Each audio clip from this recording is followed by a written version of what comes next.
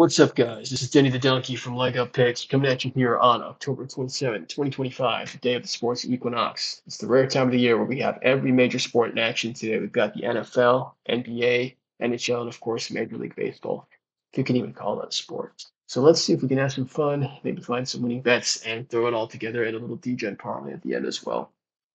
All right, so kicking things off on the hardwood here. Start with NBA. It's a massive slate, a lot of games to choose from. Cavs, small road chalk at the Pistons. Pistons gave them fits last season. That was a tough matchup for the Cavs. I don't really see any side or total that appeals to me, so I think we can skip this one. Magic 76ers. This line tells us that Embiid is out. I can't believe he's already out when it's game 3 of the season. Like, I don't know what's his deal, if it's him or the team, but how can you be on load management when it's like still the first month of the season? We haven't even played 5 games yet. It's not just him, though. The NBA is notorious for this when it comes to injury report shenanigans. So there were players cropping up on the injury report before game 1. Like, how can it be probable or questionable before game 1 when there's no indication you've had a major injury in the offseason? So just typical NBA BS makes it incredibly hard to cap. And I think the Magic 76ers game is also an easy skip. No interest in laying big points with the Magic on the road either. And the 76ers still have some good players. Maxey Edgecombe is also pretty good. So we can move it along. Hawks Bulls. All right. Finally, now we're talking. This is an obvious slam dunk spot to the over. 242.5. It's a high total, but for good reason. The Hawks only play offense. They play no defense. Up tempo. It's everything you want in overteam. Bulls are pretty similar. Very up tempo. We got a lot of offensive firepower as well. I think this has to be the angle here. I'm going to go over to 42.5. I highly doubt I'm going to find something better than this. The NBA slate. We can look at the rest of the games to make sure, but this is almost certainly going to be the first leg of our Equinox parlay. Nets Rockets, yeah. No interest in betting a 15.5 spread either way. Celtics Pelicans, yeah, not interested. Nope. Easy skips here. Might look to the Suns as a single, could be an interesting spot. But again, for the purpose of this video, these games are not particularly relevant. If we can't find anything we like better than this. Nuggets Wolves, I guess Anthony Edwards is out. Otherwise, why would the Wolves be such big home dogs? Grizzlies Warriors. Now with the Grizzlies, they're also a team where you always want to look to the over with them. They're one of the few teams that make the Hawks look slow. I think the Grizzlies are #1 in tempo again this season. They literally play every game like a 100-meter dash. It's running up and down the court, transition opportunities and buckets. No defense, giving up uncontested shots on like every possession. They're just horrific on the defensive end. And against a team like the Warriors, that has Draymond, that has Butler, this looks like an obvious spot for the Warriors spread as well. I'm not sure if I want to bet the over here, even though it looks tempting because the Warriors just gave up 130 points to the Blazers, and usually that's a good spot to back defense in the next game. The Warriors will emphasize defense and could be a sneaky contrarian under spot here. Might single that, maybe not. We'll see. If I was to look to a side, definitely the Warriors. But in any case, none of these are going to top over 242.5. This is still by far my favorite pick on the board. And yeah, Blazers, Lakers on a back-to-back. No Doncic, no LeBron. No bueno from me. All right, so that's going to be our first leg of the parlay. Hawks Bulls over 242.5. Let's go to the diamonds. So I have nothing good to say about this so-called sport. The only pleasure the sport gives me is when I make fun of it. But the playoffs have been kind to us. We've managed to win more bets than not. So let's see if we can keep the good mojo going. Really tough to cap this game. Let's look at the main line. So Dodgers are -200, which is, maybe it's justified. They've got a pitching edge with Glass now. He's definitely better than Scherzer at this point in their careers, and he's pretty solid at home. But, the Dodgers have been fucking around all season, and I don't know, is this a team you really want to lay -200 with, as good as they are? I mean, the Blue Jays have been very feisty, and are really the only team I think who can topple the Dodgers. So a 167 price is very tempting as well on them. But again, do I trust the Blue Jays? I mean, I don't trust their pitching at all. Their bullpen is not great. Their starting rotation also feels kind of limited. So yeah, I think it's a pass on the side. I mean, laying -200, I think in the World Series is kind of insane. If you like Dodgers, bet their series price is -1.5 or whatever. The total is also pretty high for a World Series game, 8.5. We've been seeing mostly 7.5s, maybe some 8s in this playoffs. On the higher end, 8.5 is quite high. Juice to the under, so it might close back at 8. I would lean towards the under, but again, these two teams have so much offensive firepower with subpar bullpens. It's like that over. I mean, that under can, disintegrate at any moment. So yeah, not exactly rushing to bet the under as well. And yeah, the over obviously I have no interest in as well. I mean, in general, I've been pretty horrific with overs. I mean, maybe that's not actually true. Maybe it's more anecdotal, but it feels like every time I bet an over in baseball, the game just immediately is dead. Like 6 outs to start the game, and then I just know it's done. It's impossible for them to get any hits or runs. So we'll pass on the total. I think the angle we need to attack here is something related to props. So in particular, pitcher props. So I'm thinking we need a fade Scherzer here some way. Maybe not in terms of earned runs, but now that I'm thinking about it, this guy gave up 4 walks to the Mariners in his only playoff appearance. Now you can say that was rust, whatever, sure, but still, the Mariners are very strikeout happy. Like they swing a lot, they chase a lot, and that's why they're the worst strikeout team in the league. They strike out at the highest rate.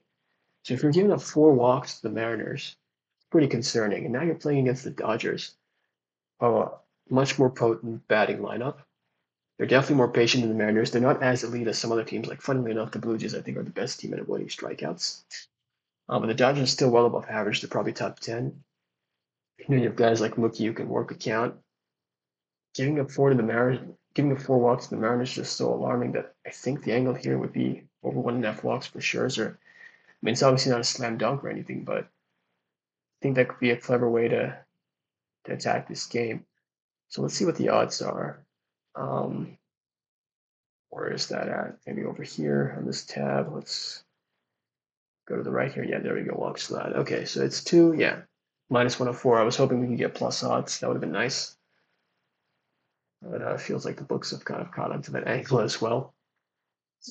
Obviously, the concern here is that he gets blown up and just immediately gets yanked, right? Like if he starts shitting the bed in like the first inning or the second inning, they might just pull him, not take any risks. Honestly, I don't know what his usage is going to be this game. I don't know what the rotation is right now for the Blue Jays.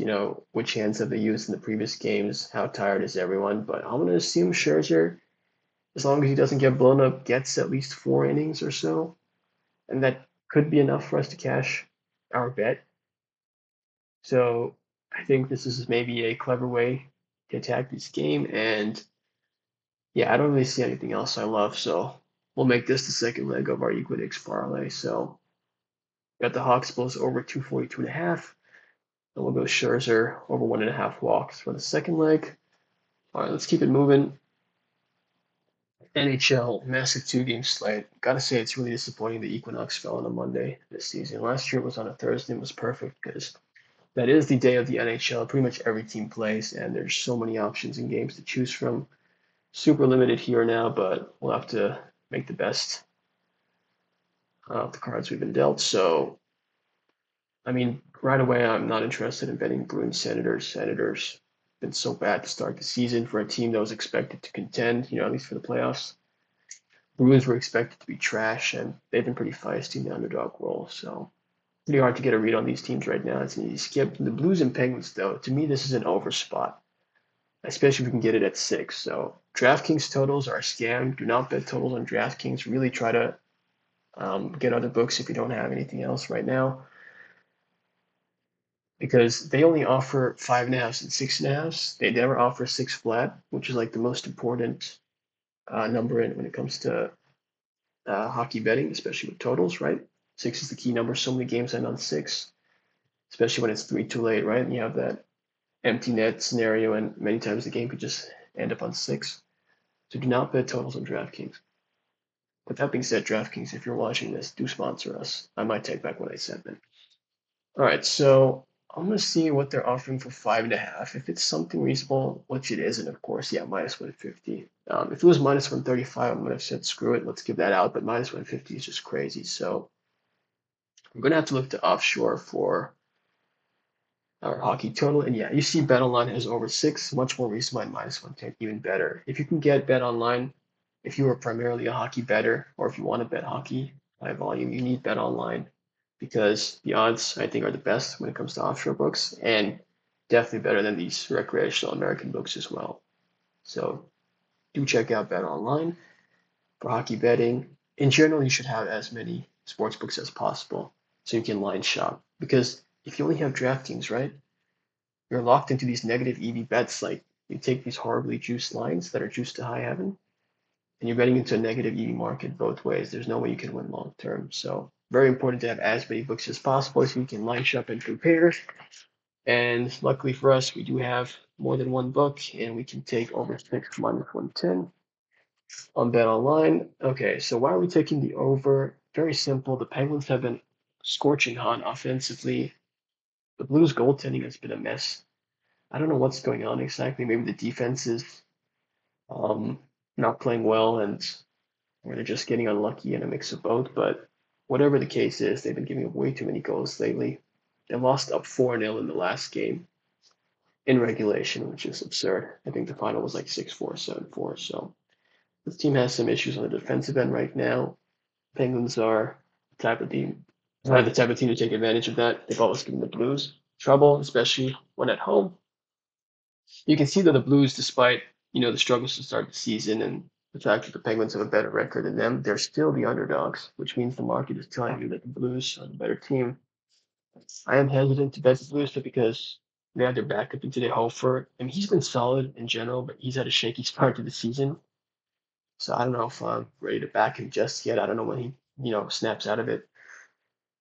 If you also look here, go to moneypuck.com. This is like a must-have if you're trying to bet hockey using analytics and metrics. This site is fantastic. So you see we have all these fancy different metrics here. Let's focus on this X goals percentage thing though. So the X goals percentage, that's basically telling us how many of the expected goals, what is the percentage the team is generating compared to the opponent. So you can see the Blues are number 2 in expected goals percent. Um, that's insane. That's basically elite. You see the teams they're surrounded by, like the Avs. Avs are always at the top of this thing, right? They have so much offensive firepower with McKinnon and Makar and all those guys. The Blues are even above teams like the Hurricanes, who literally like all they do, the Hurricanes, is forecheck, and just get shots on goal. They're always at the top of this thing. The Blues are ahead of them. So that tells me this team is generating the chances. They're just getting unlucky. Because look at this, their goals percent is 41. That is so bad. That is literally San Jose Sharks territory. Like if we sort by goals percentage, yeah, look at that. They're bottom 3. And look at the teams they're surrounded by: the Sharks, the Flames, offensively challenged teams who just can't generate chances. But that's not the case with the Blues. They're getting the chances. As you can see, they're the second best in the league right now. They're due for an immense amount of positive regression, and hopefully that can come tonight against a very, very leaky Penguins defense that's been bleeding goals left and right. So I like the Blues Penguins to go over the total based on that, and we can make that our second leg officially. Sorry, rather our third leg. I forgot we covered baseball already. All right, so just to recap, we've got the over 242.5 Hawks Bulls. We've got over 1.5 walks Scherzer. You see, guys, that line's already moving. It's -110. So whenever you watch this video, try to get on it ASAP. Yeah, if it gets into -120 territory, that's pretty disgusting. So -110 feels like the last reasonable price that we can take. And in hockey, we're going to be rolling with the over 6 at -110. All right, NFL now. Again, uh, only one game. It's Monday Night Football, so it's going to be hard to find something, obvious. If it was on a Sunday, of course, we'd have a bunch of options, but let's see. So Chiefs -10 at home. I'm kind of surprised that sharp action is coming in on the Commanders. This line was like 12.5 and it's been bet down to 10. You know, my public gut, my public brain is telling me that Chiefs just smashed them here. But I don't know. I mean, the market has moved 2.5 points. It's pretty significant. It seems like the Commies are getting healthier on offense. They were missing some players, McLaurin, Debo, those guys are back. And they might be able to keep this game, within reach, backdoor as possible. I mean, the Commies do have a lot of talented players on offense. Their defense is not good at all. I mean, I think the Chiefs just rolled them on offense. Maybe Chiefs team totals could be a play. But yeah, I'm not good at those types of props. It feels like whenever I bet a team total as well, like they always get hooked or they just forget how to score. So not interested in betting that market either. I think we need to figure out a way to back Mariota here. So to me, Mariota, I'm struggling to say his name because all I can think of is Skip Bayless calling him Mariota on purpose, make fun of him. So I'm trying not to say that. But yeah, Marcus Mariota. Mariota. Yeah, there we go, Mariota. Okay, so Mariota, this guy loves to run. I watched him a few games this season, and he has he's not hesitant to take off and start running. He has no qualms about that. So I think we should look to his over either rushing attempts or his rushing yards. I would lean towards yards because I've seen him break off chunks when he runs. Like he could run for like over 10 yards or even sometimes 15 and 20 in one go. That might be easier to cash. On the other hand, he does have a few design runs in the game plan for him every week. So let's see what the lines are first of all. So let's go to rushing props. Marcus Mariota. Where's this guy at? Oh, there we go. Wow, it's 29 and a half. That is incredibly high. I was hoping we'd get like 24 or something. But that makes things a little bit trickier. We want to risk it. It's one of those things where it feels like, what is the difference between 24 and 25 is just a few yards, but these lines are so sharp that oftentimes even 1 yard makes a difference. All right, let's just put it in a slip for now. We don't have to commit to it. Rush attempts, 5.5. That's also very tempting. Let me pull up his ESPN box score on the side and see how often has he been running it actually. Is he getting more volume or is he getting more yardage? So let's see, Marcus Mariota stats. Pulling it up on my phone on the side here. Okay, so he did carries of 6, 2, and 2. Yeah, so he's more of a low volume, high yardage guy. Interesting. So this season he had 6 carries for 40 yards, 2 carries for 20 yards, 2 carries for 34 yards. That last one's interesting to me because he subbed in for an injured Jaden Daniels last game. He only played one half, I think, maybe even less, and he still got to 34 on just 2 carries. I mean, Spagnuolo and the Chiefs defense, like they send a lot of pressure. They get a lot of pressure. So I just feel like a very natural angle back that Mariota's going to be running. I mean, he's always looking to take off anyways. So I think that's going to be our leg, guys. We may have missed a better line, but I'm hoping he crosses 30. It feels to me like he should land in the 30 to 35 range, especially if it's a trailing game script. Like that means they're going to be on the offense more, and I think that if the Chiefs have a big lead, they'll be setting more pressure. It's just a very natural game script for him to break out of the pocket and just take off. Especially if they're playing more coverage, protecting a big lead. Am I just waffling, or does that make sense? I think that makes sense, right? I feel like I mean, like, I'm thinking about Chiefs like Jared Goff rushed against them. Not for that many yards, but he got like 1 or 2 rushing attempts. He took off. So a guy like Jared Goff could take off with like a statue in the pocket. A guy like Mariota, who's pretty much a running quarterback. I feel like this should be a very, very doable line for him to clear. So I don't even know if what I said made sense. I think I just talked myself into this bet using spurious logic, but screw it. I don't see any other way to bet this game. So let's cheer for Mariota to go over his rushing yards as the final leg. So to recap, we've got the over 242.5 in the Hawks Bulls. We've got over 1.5 walks. Scherzer. We've got the Let's go to the bet online screen. We've got the over 6 minus 110 in the Blues Penguins, and we've got, where is it at? Right here. We've got Marcus Mariota to go over 29.5 rushing yards. Okay, guys, I think that's going to be parlay for the Equinox. Last year, we actually hit our parlay and we won every bet, hoping we can recreate some of the magic. It's not the greatest slate of games, so it's going to be much harder, but I do recommend singling these bets as well in case everything doesn't hit. It'd be lame to go 3-1 and not profit because you put it all in the parlay instead of singling everything. So put like a unit on each bet as a single and maybe like 0.25 units or half a unit on the parlay, whatever your risk tolerance is. And yeah, happy Equinox once again. Enjoy the games, and hopefully we can meet at the counter.